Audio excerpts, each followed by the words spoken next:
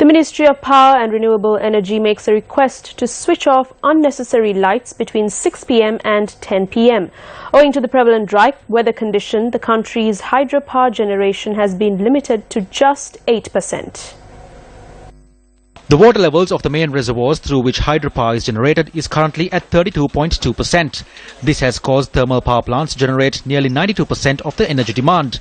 The Ceylon Electricity Board points out that due to this situation, the current water levels will only be sufficient to generate power for a period of 1.5 months. If the situation continues, it will be the worst drought to affect us in 40 years. We did our calculations and show the government that there is no need of disrupting electricity. However, if we do not experience rains until the end of June, we inform what steps need to be taken to have a continuous flow of electricity for 24 hours. If calculated, the government will have to bear a cost of 51 billion for this process. We undertook an emergency supply of electricity of 60 megawatts. It is through this that we are maintaining a balance in the supply of electricity.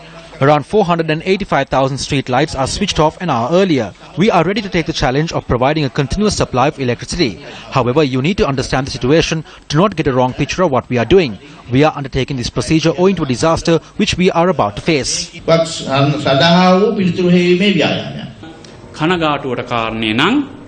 What is disappointing is that when the entire world is in the midst of an operation to move away from the coal-powered era and are entering into an era of renewable energy, why are certain experts in Sri Lanka continuing to chant verses to the tunes of coal power? This is not the government's policy. The country has to fall onto the right track again. This coal power plant mafia is definitely working together with the petroleum mafia, which is why they are suddenly trying to put up oil tanks. This void should be filled with renewable energy.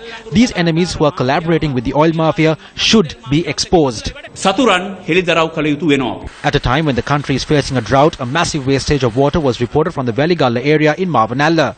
This water line, which supplies water to around 50 families in the area, was damaged at around 7 last night.